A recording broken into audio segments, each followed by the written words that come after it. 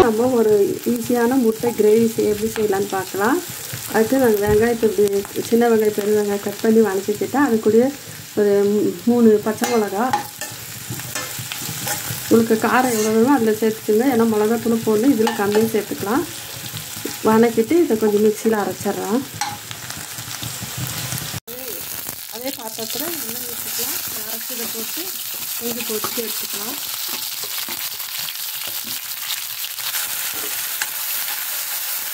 பொரிஞ்சு வந்த பிற்பாடு 1 ஸ்பூன் இஞ்சி பூண்டு பேஸ்ட்டு அதையும் போட்டு பொரிச்சிக்கலாம்.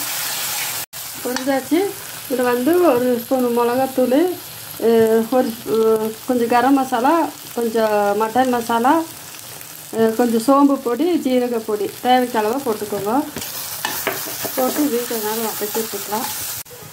இந்த அளவு பொரிஞ்சு வந்தும் நம்ம ஒரு 3 தக்காளி அரைச்சிருக்கேன், அதையும் போட்டு நல்லா பொரிச்சு எடுத்துக்கலாம். பெப்பர் தூள் போட்டுட்டு அப்புறம் கொஞ்சம் பெருங்காயத்தூள் போட்டுக்கோங்க. அதுக்கப்புறம் முட்டையை எப்படி கீறி வச்சுருக்கிறோம் இந்த மாதிரி பண்ணி இதை போட்டுட்டு கொஞ்சம் ஃப்ரை பண்ணி வச்சுக்கலாம்.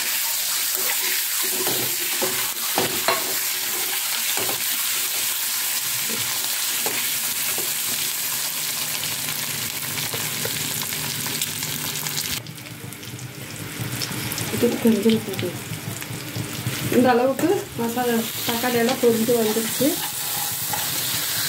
அதுக்கப்புறம் இந்த கிரேவி தகுந்த உப்பு போட்டுக்கோங்க அவ்வளோவா. அதுக்கப்புறம் கொஞ்சம் கொத்தமல்லி தலை கட் பண்ணி போட்டுக்கலாம்.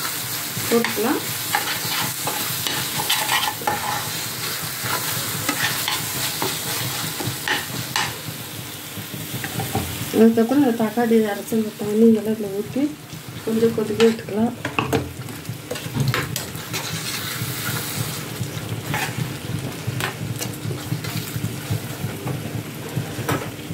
அதுக்கப்புறம் நம்ம இப்படி பொரிச்ச முட்டையை இதை போட்டுக்கலாம்.